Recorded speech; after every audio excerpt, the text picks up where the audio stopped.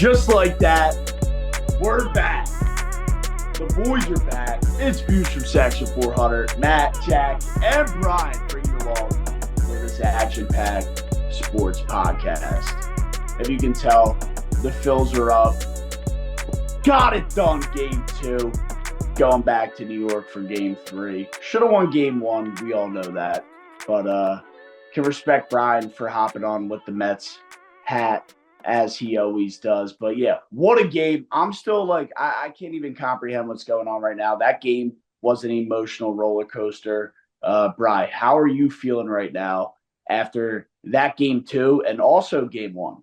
I think you said you should have won game 1. I mean, I feel the same way. We could have won game 2.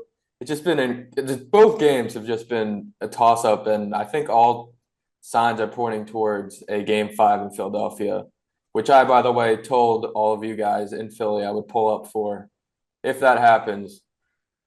I mean, this series is going to kill me. This whole week and a half of Mets baseball, this game we just watched was a whole that is what I've been dealing with for the past week and a half. And unfortunately, the Mets could not come through and win this one. But what a game, and October baseball is fun. I don't even know what to say. Like you said, it's an emotional roller coaster that the series has been. It's only 2 games. And we go back to Citi Field for game 3 to see what's in store. Is the atmosphere going to be the same? I don't know. The issue here is they scheduled the game for 5 o'clock, which, I mean, I could have a whole nother thing with Rob Manfred. I've yelled at that guy enough on this show. I understand, like, you have a West Coast series, but they scheduled that for 9 o'clock. You're telling me you couldn't put Mets Phillies at like 6:30 or 7? We You could need see 7 o'clock for that. Yeah, I mean, there'll be people in the stadium, but it's not going to be full till like the second inning because there's so many people coming after their 9 to 5, and they can't get to Citi Field by 5:08 for first pitch. It's Yeah. ridiculous. No, that's an L by Manfred again. Thank you for not going too into it. But yeah, now the scheduling by baseball's commissioner has not been on par lately. I gotta say, I have not been this locked into a baseball series in a long time. But I've been loving every single pitch. I mean, I'm rooting for the Mets. I'm rooting for the Phils. I really don't care who wins. I just want to see like one of you guys, really happy and the other really upset. But having said that, man, as a baseball fan, this has just been an awesome series. I mean, game 1, Wheeler pitches a gem. Somehow the Mets come back late. And then in this game 2, Severino pitched really well for him. And then the Phillies bats woke up late. I mean, it's just been awesome baseball. My favorite part about it, you got to play till the last pitch. And, it's the late game theatrics are really, really something. It's been an awesome series. I was texting Brian about Mark Vientos, and this guy has just been absolutely lights out for the entire week. Can you put some respect on Mark Vientos' name, finally? I think I have to, right? At this point, I think I have to, because that guy is slow. Like, I don't like Pete Alonso, but Vientos is getting right up there on that list. Yeah, I think he's 8 for 17 now in the postseason, in his first career postseason. And for those of you that follow me on Twitter, he hit a walk-off home run in early August, and I just tweeted out the Mark Vientos with the little salute emoji. And I'm on like my 9th quote retweet of just the Mark Vientos thank you.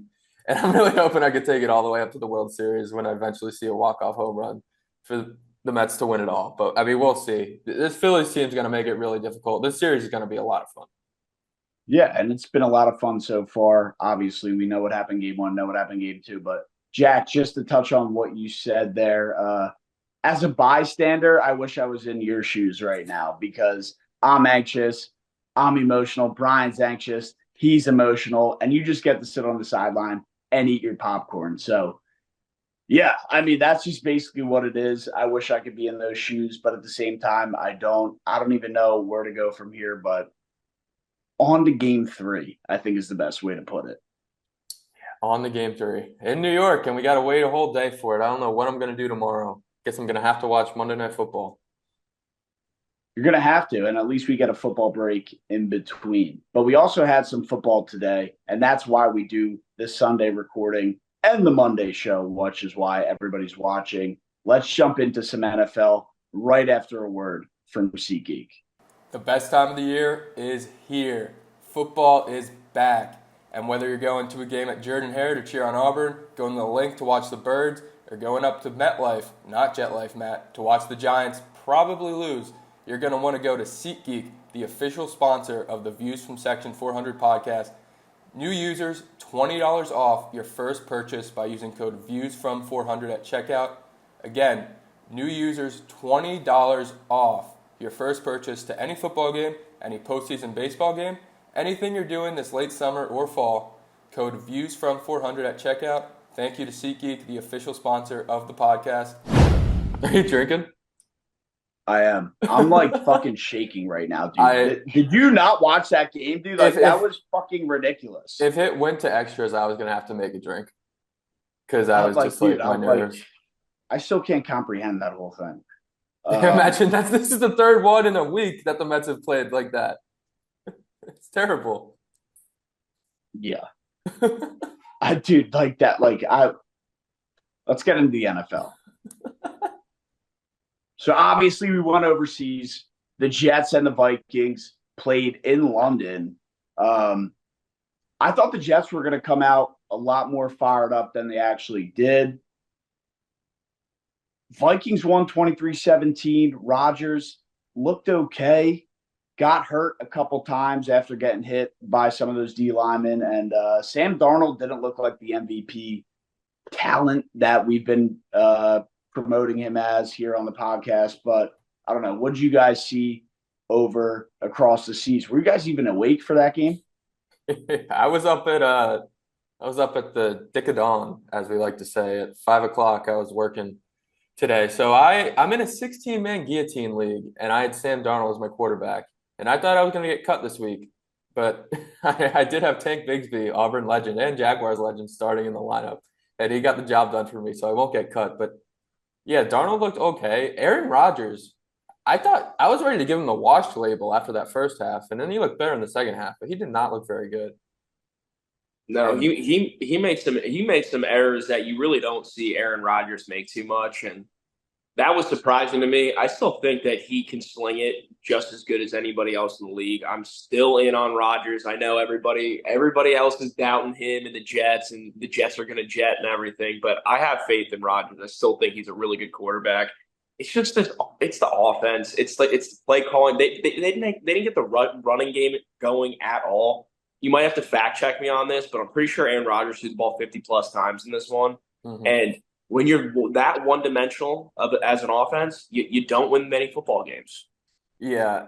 Matt, you were nice and admitted to putting some respect on Mark Vantus's name. So I will admit to one of my faults. I am worried about Breece Hall. Both the running backs had nothing going on in this game. They couldn't get the run game going. Is that a test to the Vikings defense, or the Jets are just, as Jack said, going to jet? I think it's a little bit of both.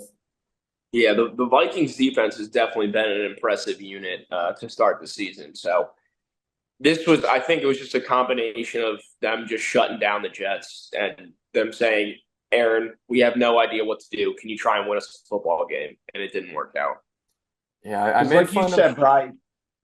Sorry, I didn't mean to cut you off there, but like you said, it looked like they tried to get Braylon Allen going a little bit because Breece Hall had nothing going, and both the guys got shut down. And Jack, I think you were about to touch on that as well. Yeah, no, I was just going to say on the opposite side of the ball, Aaron Jones got hurt in this one, so the Vikings' run game was stifled a little bit as well. Aaron Jones has been awesome to start the season. So, honestly, you look at this game, it was a classic Lunder game. Defenses were playing hard, and especially towards the end of the game, the refs were just letting these guys go at it. They were just letting the boys play. A lot of hand fighting, receivers and cornerbacks, and then I think it was Stephon Gilmore that made the game-winning or game-sealing interception late in the game.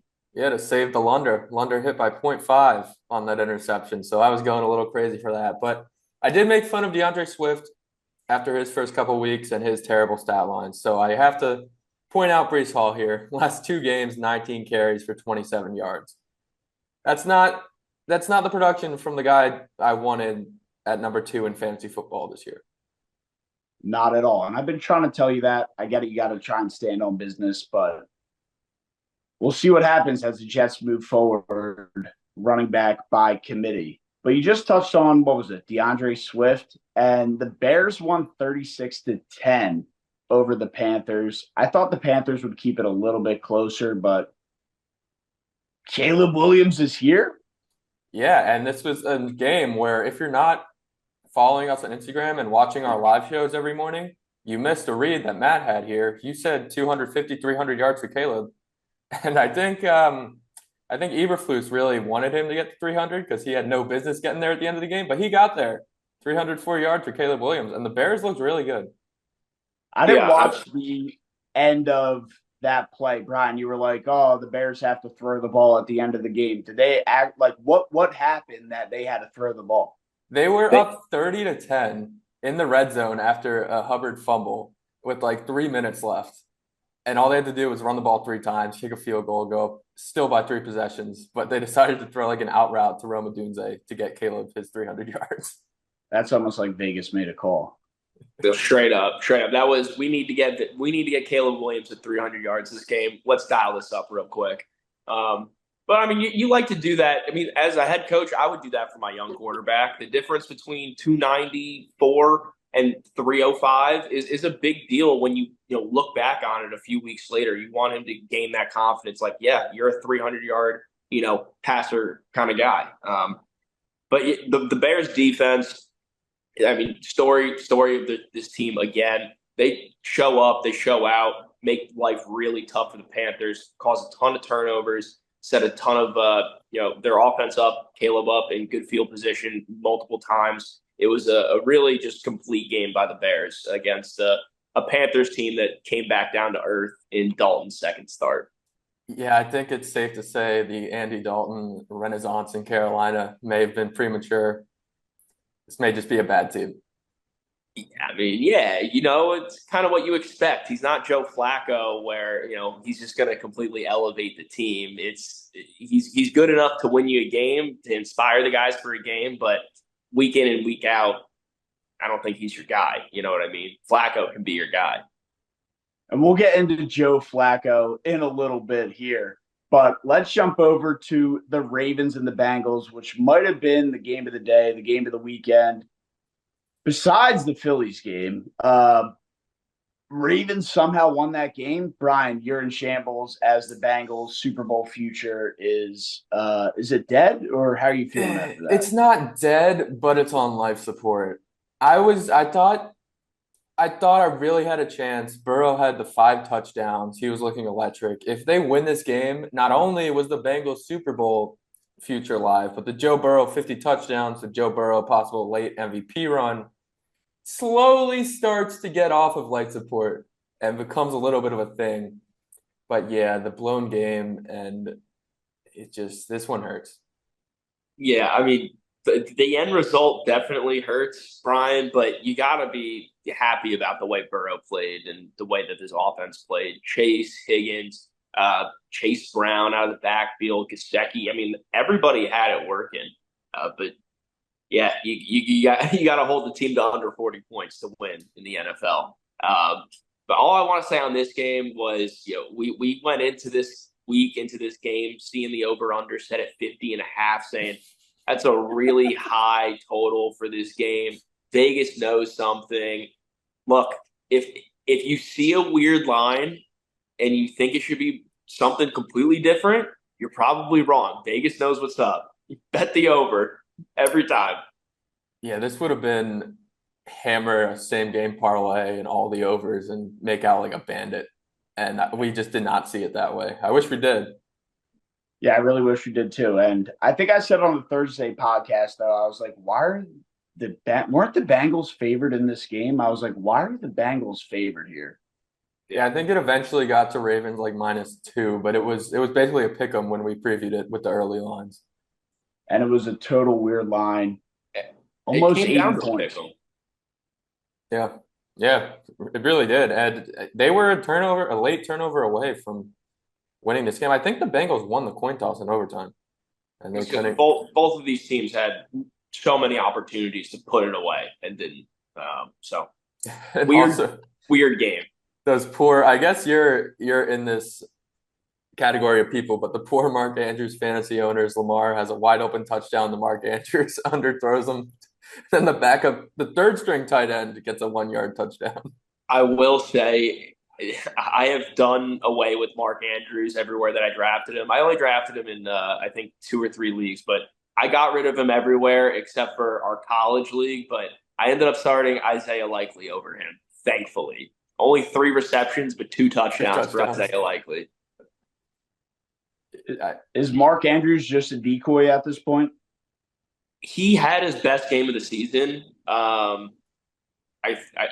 think that's like pretty undebatable. He had the best game of the season, so maybe he's on the mend up. But when he has his best game of the season, while the second string tight end has 2 touchdowns and the third string tight end has 2 touchdowns, yeah, I don't know how to feel about Mark Andrews. I'm definitely not in on him. I don't want to start him anywhere until I see a big game out of him. I think John Harbaugh's contingent of pass catchers are a lot like what we saw with Bill Belichick's contingent of running backs in terms of fantasy, where it's impossible to know which one's going to pop off week to week, and they're never going to let you know.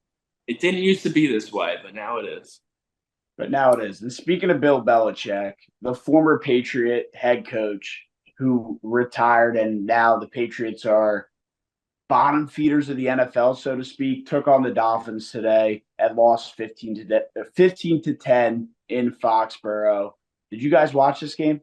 No, Matt, look, we told everybody. I hope people were listening to us on the live show all week. What did we say? Take the under and don't watch the game. I hope you that took was my our favorite advice. under of the week. I hope you took the advice. I mean, this was a clear under and a clear don't waste your time watching it. What did they miss? 3 or 4 field goals in this game? Not worth anybody's time. Yeah, it was ugly all around. There. I should have just put this on at 1 o'clock, just to prepare myself and give myself a break before that baseball game of all the mental stress that put me through, and just watched a terrible football game and been like, all right. I could have napped, but instead I have to put on Red Zone, watch the Bengals, what I think they're going to come back from the brink and keep my Super Bowl future alive, and then I watch that baseball game. Where do the Dolphins go from here? They win the game. They're 2-3, I think. Tyreek Hill seems to want to be in Miami, but he doesn't have a quarterback. Where do you guys see the Dolphins finishing this year? They might not have a running back either. I don't know what the status is on Achane, but that injury didn't look great. Apparently, Tua's coming back in week 8, though. That's the word on the street. The word on the street is that Tua is making a return at some point this season.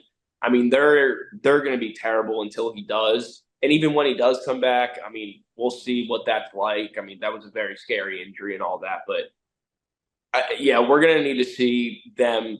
They have to be thinking about a new quarterback, a new franchise guy. I feel like whether they address that in the draft this year or free agency, they can't go into next season just with Tua and have this happen for the third straight year.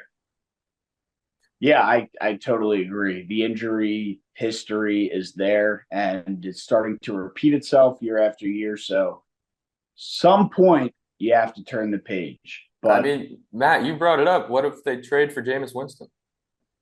I think I wouldn't say they're back alive, but at least they'll have a little bit more fun. It'd be a lot of fun. Yeah. I mean, look, he's a wild card. We know he can get that ball deep down to Tyreek Hill and Jalen Waddle. He can make those throws, but he can also make throws, right to the safeties and linebackers. So I still think it's an upgrade. I mean, at least you have the ability to go out and win games. You don't even have that ability with Huntley and Skylar Thompson, whoever you're throwing out there right now. Yeah, sure, against the Patriots maybe, but if you want to be a real legitimate team in this league, no, you need a quarterback. I think it's definitely an upgrade. And look, Dolphins and Patriots don't have a lot going on with them with the quarterback issues, but team that does have a lot going on is the Commanders. And they look like the best team in the NFC this week. Today, Jaden Daniels, Brian, you've been preaching it all summer. You've been preaching it since the draft. You might have even been preaching it since last year when he was in college. They might win the NFC East. And they might, and Jack's shaking his head because, yeah, I have been preaching it since last season when I told you guys he should be winning the Heisman. And I think you finally come around on him. Another 300 all-purpose yard day, 34 points. I do a bone to pick with Terry McLaurin. He should have given Jaden Daniels at least 2 touchdowns, got tripped up at the 4-yard line, and then had a beautiful ball go through his hands in the end zone. But other than that, the Commanders look really good. Yeah. No, I don't have much to say. Jaden Daniels is lighting it on fire. I'm shaking my head because I just remember when Brian first made the Heisman take at the start of last football season. I was just like, there's no shot. And then I just watched him backdoor into it and he won it. And now he's here in the NFL and I was like, no shot on the offensive rookie of the year. But I'm shaking my head now. He's deserving of it. He is playing lights out. You can't fake your way to an offensive rookie of the year in the NFL, I guess. The way that he faked his way to a Heisman. I got to give him a lot of credit. Yeah, you had the Commanders at 5 wins, I think, and they're at 4 through 5 weeks. I was a hater, Brian. I was a Jaden Daniels hater. What do you want me to say? I was as well. And the Commanders, look, at this point, we can say are going to soar over whatever over was set on their line. I don't even know what it was, 7.5, 8.5. They might win 10 games. I imagine Jaden Daniels had a good defense in college. They probably would have won a national That's championship. what I've been saying. Like, Brian, Matt, stop stoking the fire right now. I'm really not trying to, but my eyes are not lying to me. I see what I see on the field, and this guy is playing unbelievable. I don't even know what to say. The guy is playing lights out. Yeah. No, the Commanders were playing inspired football. I mean, top down would be that was the thing though. Like they weren't like a 5 or 6 win, they weren't expected to be a 5 or 6 win team because necessarily just because Jaden Daniels is a rookie. It's because they don't have a lot else working with. But their defense has really played a lot better than expected. Offensive line is playing a lot better than expected. And honestly, just the offense in general, like it's just everything's working. All right, and nobody expected that. Defense is getting better week to week. It is a really tough matchup. They do have the Ravens in a rivalry game. I guess it's a rivalry game coming up next in Baltimore. But then they host the Panthers, they host the Bears, which will be a really fun game. And then they're in New York to play the Giants. So they could have 7 wins after that stretch. Yeah. Commanders a lot of points expected in that Panthers game, I think. Yeah, and then on the flip side, I mean, the Browns, Deshaun Watson's cooked. I mean, I don't know what their plan is with him. They have so much tied up with him right now, but they should just start Jameis Winston. He's that bad. Yeah, I don't know. Do they even bother activating Nick Chubb at this point? No. Just let him marinate on IR all year. I mean, if you're 1-4, why bring back your star running back right now? Like, I wouldn't do it. If I'm Kevin Stefanski, I'm not doing it. And you'll have to bring him back eventually, but just to get the rust off. But yeah, I don't see any need to rush him, which is kind of sad for fantasy football purposes. But well, I think how it works is like if you open up the season on like the IR or like the PUP or whatever, you have like a certain amount of weeks to get reinstated before you have to go on like season-ending IR. Yeah, I think they opened his practice window, or at least he posted, or he either tweeted it, or yeah, he posted the picture of the helmets saying he's coming back. Okay, so he'll be back. Yeah, even if he's on the active roster, they could still just say doubtful every week. I brought it up in the last pod. You guys ripped on it for me. How much more of a leash does Kevin Stefanski have? I'll bring it back up after this blowout, horrible loss on the road. I think it's all Deshaun Watson. I don't think you can blame Stefanski. Coaches always take the fall, Brian. Yeah, most of the time they do. I mean, he's coming fresh. Didn't he win Coach of the Year last year? He did, but I'll stop you right there. Like, Deshaun Watson's getting all this money. They're not going to put the blame on him, and they're not like – it's easier to part ways with Stefanski than it is with Watson at this point. I agree with that, but I think it's so clear to most people that that's not the right move. I think it's so clear to most people that Stefanski's not the problem, like Watson's the problem. So even though it might be easier to move on from Stefanski, you might need to do it with Watson because who else are you going to bring in where, oh, now Deshaun Watson's like a playoff quarterback? I just don't think it's happening regardless of who you bring in as a coach. Yeah, I think a lot of the time too, it's easy to blame the coach if the quarterback's like a decent human being and he just sucks at football. Like Deshaun Watson is still better at football. He's a better football player than human being. And so it's a little easier to blame a guy that just sucks as a person Is and that a get him out. dig at Jalen Hurts, Trevor Lawrence, or both? Well, No, that's a Daniel dig. Jones too. Just I, like I thought that was just a dig at Deshaun Watson well, and his mainly character. Deshaun Watson, but yeah, I Yeah. mean, you could just be you don't even have to be a good person, just a decent person that sucks at football and they'll blame the coach over you most of the time. Fair enough. But speaking of Trevor Lawrence, speaking of Joe Flacco, I said we'll get right into him. What a game. I'm not going to say what a team, but what a game by just, I mean, that's what you want when you're betting on teams, when you have fantasy implications. Joe Flacco is here. He's back. And Trevor Lawrence found his footing. And Jack, I was watching a little bit of that game. Obviously, you know, I had the bets with the 300 yards for Joe Flacco. Um, you guys do have some hardcore fans down there. I saw some fans getting rowdy in the stand, so that was cool to see down in Jacksonville. But I'll give you the floor here. Jacksonville, they win a game, a much needed win, and Doug Peterson saves his job for now. Yeah, that was it's so funny how the way you end games can really just leave a good taste in your mouth at the end of it or a bad taste in your mouth. Regardless of the win or loss, you know, you can be a little hopeful in a loss or a little down in a win. I'm down in a win right now, man. This was another game. Look, I'm happy. You finally all right? win a game and you're still depressed?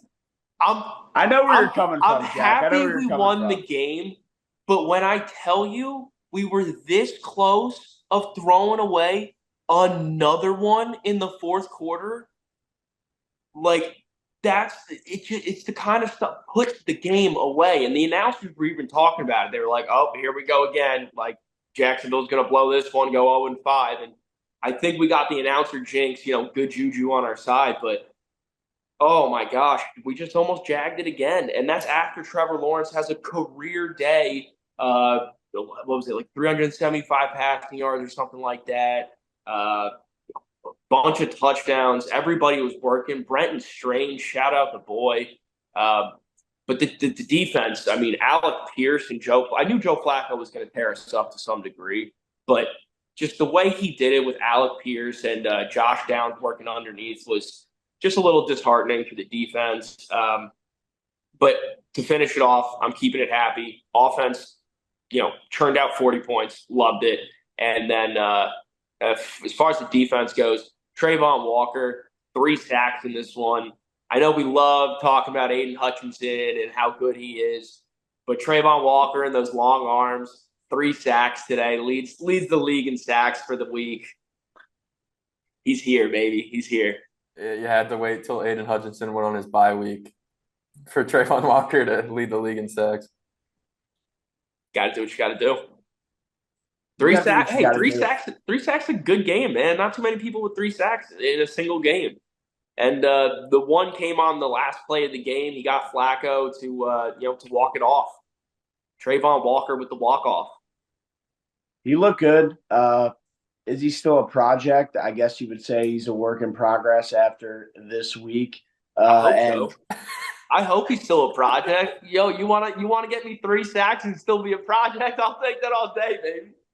I don't know. That's what you were preaching. But look, the Jaguars get a much needed win. If they do that against anybody else, look, I was preaching the Colts are going to be better than expected. They're not. Maybe they'll look better with Joe Flacco going forward. They look great today. Defense is still in shambles, but The Jaguars do that against anybody else, especially in the division against the Texans. They're going to lose that game. So a lot of stuff to clean up. Well, you're exactly right, because that's exactly what just happened last week. We played the Texans. We had a lead in the fourth quarter, and we jagged it. I mean, every single one of these games that we played so far, outside of that Bills game. I mean, that Bills game was just one of the worst things in football I've ever had to see. But our other four games that we're 1-3 in, we had fourth quarter leads at some point and could have won the game. It's just being a proper organization, a proper team, a championship level team. The Chiefs don't blow those three games that we did. Maybe they lose one every once in a while. They blow one, but they're going 3-1 in that stretch at the worst, not 1-3.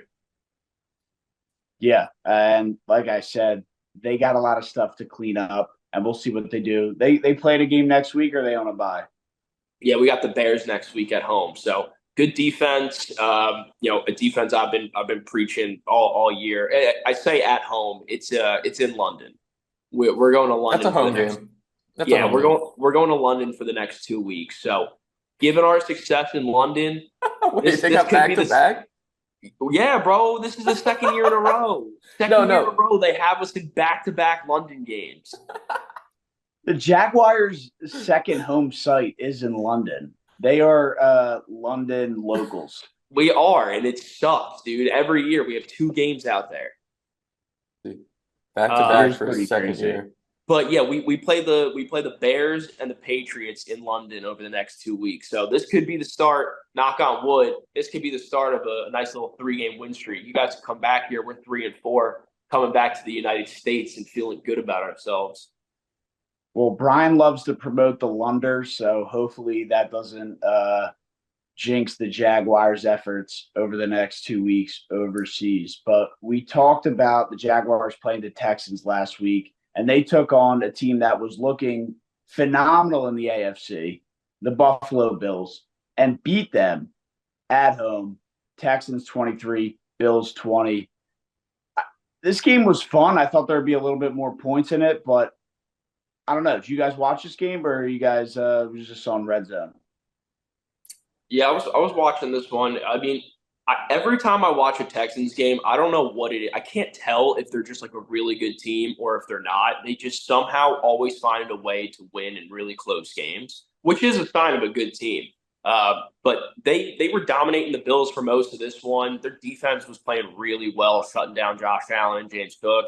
And then the Bills started storming back late, but same recipe. I feel like I just always see the Texans somehow pull out a close game. Yeah, shout out Cam Akers, still scoring touchdowns in 2024 somehow. The Texans are so weird. The Bills are really weird too. I think this kind of just showed it felt like neither team really wanted to win this game. The whole second half was just weird. And then we were staring overtime in the face, but then it was a weird game. Well, C.J. Stroud lost his best target, Nico Collins. I mean, he was going to him early and often, had a 50, 60, 70-yard touchdown. And I got to give Nico Collins credit. That guy is unbelievable. Yeah. Yeah, he unfortunately got hurt, halfway through this one, but he was having a game until he did. Yeah, I think if we redrafted, knowing what we know now, Nico Collins would have been a first-round fantasy draft pick and like a high-end first-round fantasy draft pick. Yeah. He's outperforming all the guys who went in the first round. We were just scared of the Stephon Diggs factor, and he had a decent day today, but most of it came once Collins left. But Tank Dell's basically become a end-around gadget player. He's not really a receiver. Yeah, that's and that was I'm not trying to take too much credit here. I knew Nico Collins was going to be the alpha in this receiver group, but I did expect it to be a little bit more divvied up between Diggs and Dell and Schultz as well. Wow, that rhymed. That sounds weird. But I expected a little bit more of an even distribution of targets. But Nico Collins is very clear in a way the alpha, and I think it was a hamstring. I think he pulled his hammy today. which is always just a devastating injury for these guys because it's just going to nag you for the rest of the season unless you take a few weeks off. So it'll be interesting to see what the Texans do. I feel like they've earned a little bit of a leeway where they can rest him for a few games, make sure he gets back to 100%.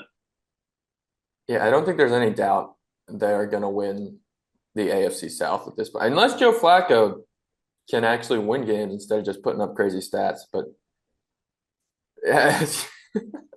and the Jaguars got to take care of business in London first. We'll see how it goes against the Bears. We had a good little win today, Brian. Good little win today. Just keep stacking the blocks. You know what I mean? Brick by brick.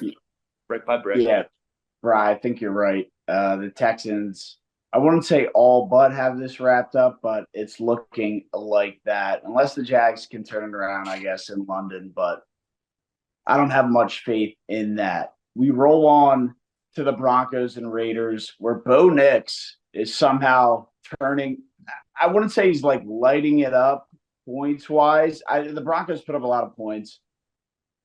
Bo Nix's stat line, I don't even know what it was. Was it out of control? Was he lighting up? I don't know what he passed for, but they won another game, and they're rolling right now.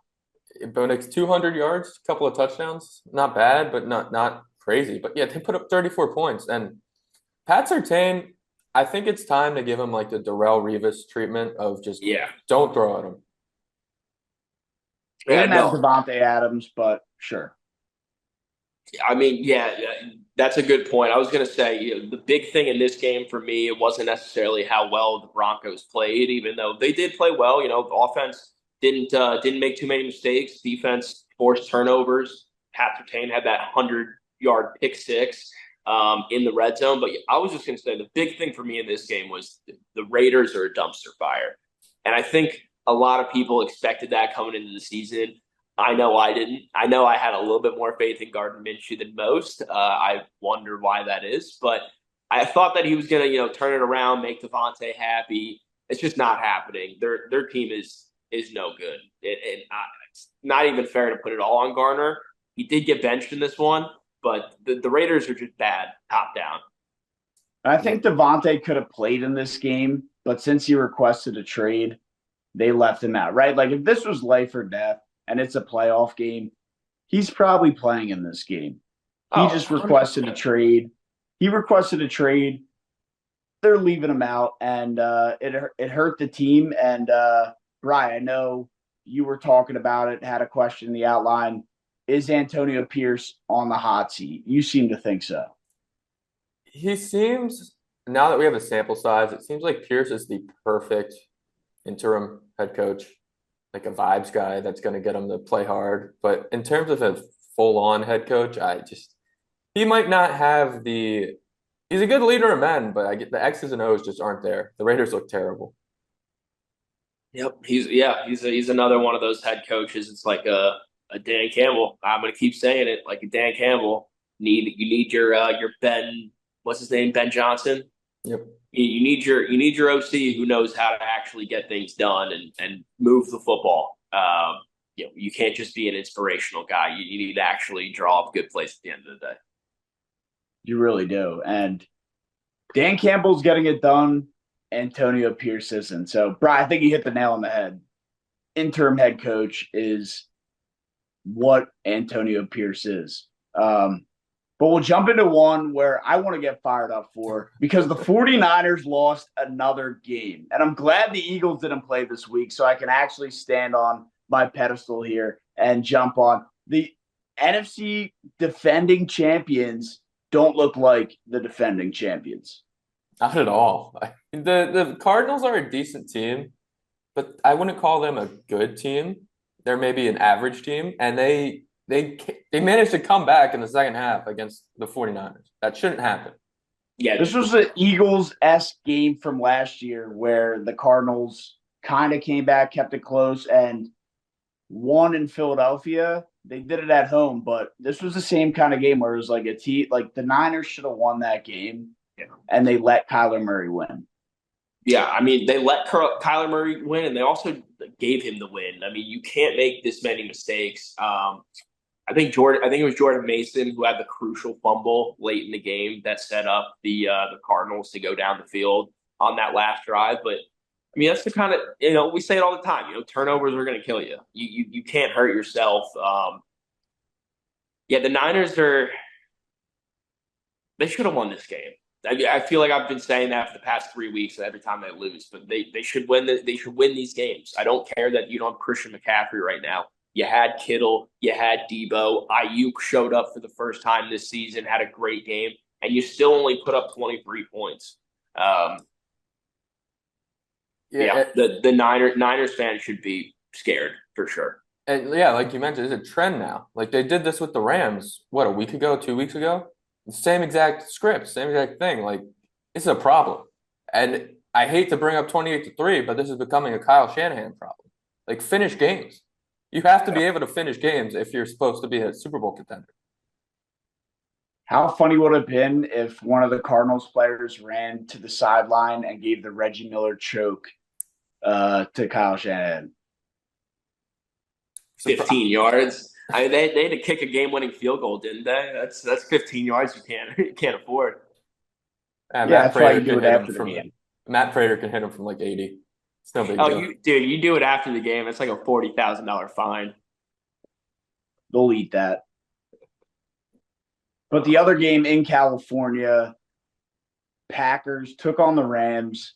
And in a game I thought would be a little more high scoring and honestly closer. The score's closer than what it really was. I thought, a lot more points, like I said, but Packers get it done. Jordan Love doesn't go for 300, which would have cashed the huge parlay for me. Are the Packers legit? And Brian, I know you asked a question. Is it time to tank for LA?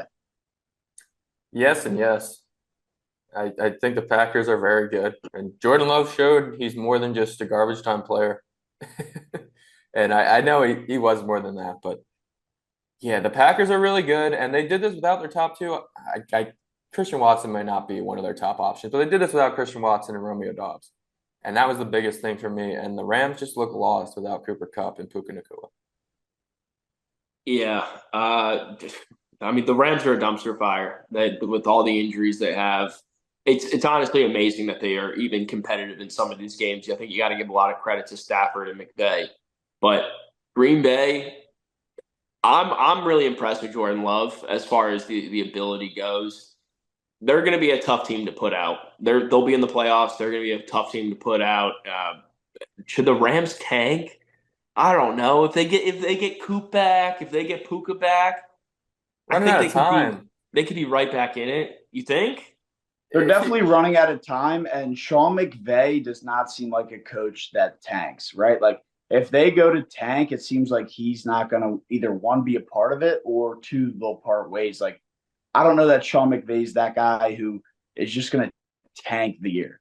So yeah. They're 1-4, and they have a bye this week.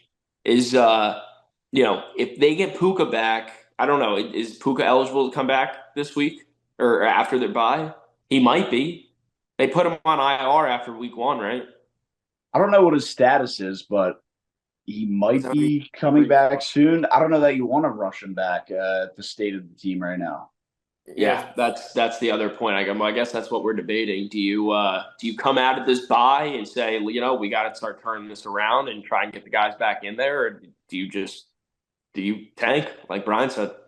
And tanking doesn't have to be a full-on tank. You could even be like, just give the carries in the backfield to Blake Corum and see what you have in your rookie running back instead of Kyron Williams.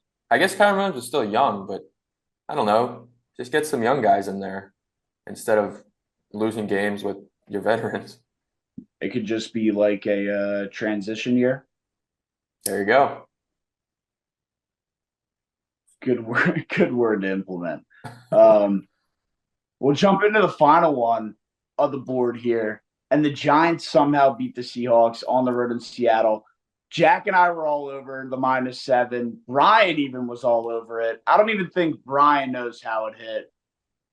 I don't even know what happened there. Yeah, I wish I could have enjoyed this game. I got a text from my future brother-in-law, and he's about to block punt, and he's like, "Are they allowed to block it that way?" And I'm like, "Yeah, I wish I saw it. I'm dealing with Tyler McGill with runners on base in the 9th inning right now." Hey, Tyrone Tracy looked good. I don't see any reason Devin Singletary should have a starting job after this week. So that's cool. And Daniel Jones continued to have a good completion percentage. And if the Giants are going to be around 500 and win some football games, I'm all for it. They won't have a good pick, and they'll probably be stuck with Daniel Jones again next year, but at least they'll win some games, so I won't have to be depressed every week. This game pissed me off so much. More than anything I watched this weekend. I had the Seahawks to win as like the last leg of pretty much every single parlay I had. So yeah, Daniel Jones is definitely dead to me. Speaking on that block Was field, he not already? Yeah, what? He was alive to you? speaking on that last that field goal block that your future brother, one of your sister's boyfriends. Anyway, I guess you didn't watch the play, I bro. saw I Bro saw pulled a a special Palomalu. teamer running in the end zone.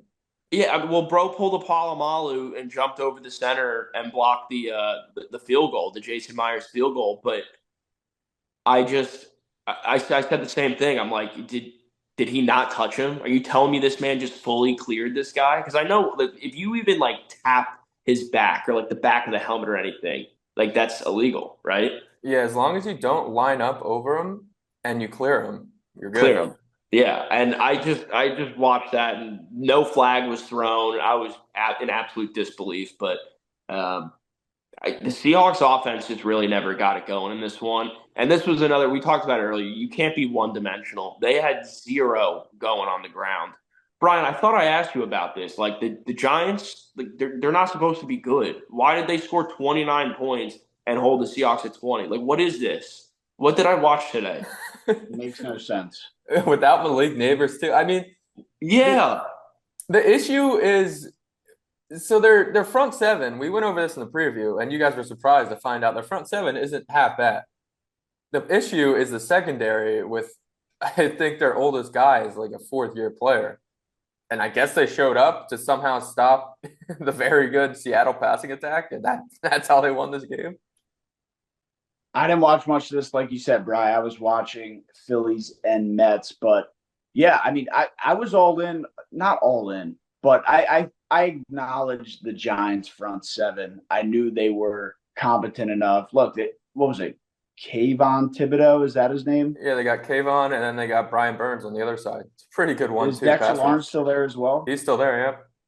Yeah, so the defensive line is competent enough to keep the team in games, especially when you go up against the Seattle Seahawks team that kind of relies on the run, even though they have weapons on the outside.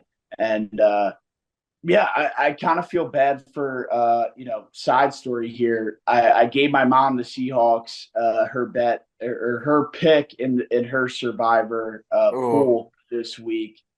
She already took some of the big heavy hitters that you would take, the Chiefs and some of the other ones, but yeah, I texted her. I was like, I feel bad. I thought this was a absolute lock. I even texted her. I was like, do you need the spread or just the win? And she was like, just the win. I was like, yes, Seattle. And Giants somehow won against the 12th man. yeah. Well, speaking of Dexter Lawrence, 3 sacks. So there you go. And then Brian Burns and Thibodeau each had a sack. So they were all over Geno Smith.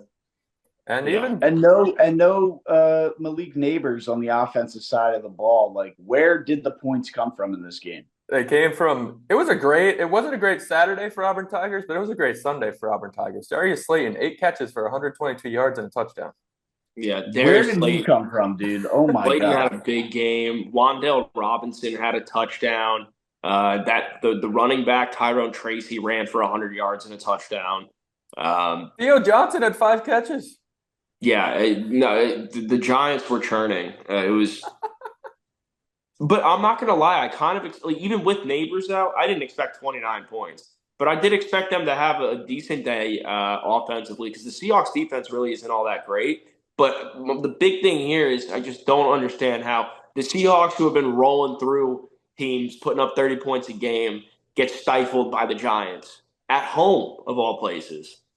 Yeah, Tyler Nubin had a good game, the rookie safety. Like the Giants just decided to come to play this week. Yeah, they did. Yes, they did. They That's definitely crazy. did. And where does it go from here, right, Brad? Like, who do they have coming up on the schedule? Where do they have to go from here? Because the NFC East is wide open up until the Commanders. Seems like the Commanders are running away with it, but where do the Giants go from here? Yeah, it's not looking good from here. They have the Bengals at home, and then they have the Eagles at home. Then they have the Steelers in Pittsburgh. Then they have the Commanders at home, and then they travel to Germany for the NFL's revenge from World War II to face the Panthers and give Germany the worst football game of all time. That's a tough schedule right there. Yeah, it's not going to be an easy road. I mean, maybe the Commanders at home if the defense plays like they did today, and maybe the Steelers on the road somehow. But yeah, it's not Well, looking great. the defense kind of already played like that against the Commanders when they first played them in the first time around because the Giants should have won that game. I'm going to assume they'll have a healthy kicker when they play again. And then maybe that'll change the tide. They should. I mean, they should. I You mean, would that think was so. ridiculous. But with them, you never know. No, you really don't. But yeah, I mean, that's kind of the whole slate right there. I don't even know how to digest this Phillies win. I thought the series was over. I thought they were going to lose today. Obviously, back and forth game, full NFL slate mixed in there as well. But we do have a game tomorrow or today, as you guys are watching, roundtable out at 4 o'clock. We gave out some picks in the live show today, but maybe a quick pick or two before we sign off here. Quick pick for what? Chiefs, Saints in Arrowhead. In Arrowhead. I'm going to go with what I said on the live show. I like Travis Kelce over 5.5 receptions. Yeah, that should be a lock. I like that bet. I got Travis Kelce getting in the end zone in this one. No Rashee Rice. They're going to have to go to him early and often. Whether he's getting double teamed or not, he's going to be the go-to target for Mahomes. No real running game. Obviously, Pacheco out for the foreseeable future. Think Kelce gets in the end zone. Like Brian said, he's going to have some big receptions, go over that total, and maybe even touches the over on receiving yards. Big day for Travis Kelce on Monday night. Yeah, honestly, the more I think about this game, I like the under. I don't really like too many points. We were blessed with an absolute gem of a Thursday night game, and I think we get crapped on with this Monday night game. So I'm probably taking the under. I got to see what the line is first, but the under is where I'm leaning. And we were blessed with a huge Sunday. It was points galore today. People were going off all over the place. I think you could be onto something there, Jack, with the under, but Kelce still getting into the end zone. The one and only. I got a question for you guys. Are we in on slamming the over for every Bengals game from here on out? Yeah. Ryan should be. It correlates with my Joe Burrow 50 touchdowns, so I'm in. I mean, he's starting to turn it on, and they're churning out some points. And their defense, I know they just played the Ravens this week, and it was an overtime game and everything, but, I mean, they've been letting up points. I think a second question is the Ravens defense even that good? No, I think both their defenses have taken a big step back. Yeah, the AFC North, the defenses aren't showing up outside the Steelers, of course. Yeah, the Steelers is the team to beat in the AFC North, and obviously we're waiting for that game to kick off as we're in a huge weather delay right now. But yeah, the Bengals get a big win. Brian's Super Bowl future, I wouldn't say it's alive, but on life support, as he mentioned. How's the you guys both had, what was it, over 35.5 for Burrow's touchdowns? Yeah, after today. I took the under. After today, he's at 12 through now 5 games. So he definitely made it closer today. Yeah, on pace to hit it. He's on pace after today, which is not looking good for me. But I remain hopeful, and we'll see what happens. But if you guys don't have anything else, I don't. I need to go to bed and just hope the Phillies can somehow make my rest of the week and then try and figure out what the hell the Eagles' whole football team was. Before I get to that, Nick Sirianni was at the game yesterday and put on a Phillies hat, and everybody was like getting fired up, but they were all chanting, "Take the points, Nick." And he didn't really have any kind of like, he heard what they were chanting. He heard what they were saying, and he didn't really have like, give a thumbs up, give something to the crowd. And he didn't really do anything with that. So, yeah, hopefully the Phillies do something this week so I don't have to be depressed about two teams. Yeah. And just one final thing to all Mets fans, all Phillies fans out there. Stop yelling at your bullpen. Stop yelling at the bats. Stop yelling about the shadows. The Phillies have been the best team in baseball all year long. The Mets have been right there since Jorge Lopez threw his glove in the stands. These are two great teams going at it. Some arms are going to blow it. The bats are going to go cold, but you're going to get a lot of great baseball games. So just enjoy the ride as much as you can and stop yelling at whoever you want to yell at. Enjoy it. This is great baseball. This is great baseball, and it's what it's all about. And my final thing is anything that happens in the game, whether a home run happens, a hit happens, a strikeout, don't text me and jinx it. Brian can attest to that. Yes. Stop texting me about it. Ben, Stop. I don't need Stop. Subway Series hypotheticals for the World Series. I don't need that. Nick, I know a home run just happened. I don't need that. Stop. I completely agree. Stop texting me about it. Stop jinxing it. That's all I have. It's Views from Section 400. We'll see you on Thursday. Let's go, Mets. Don't worry, everybody. I'll just text them for you.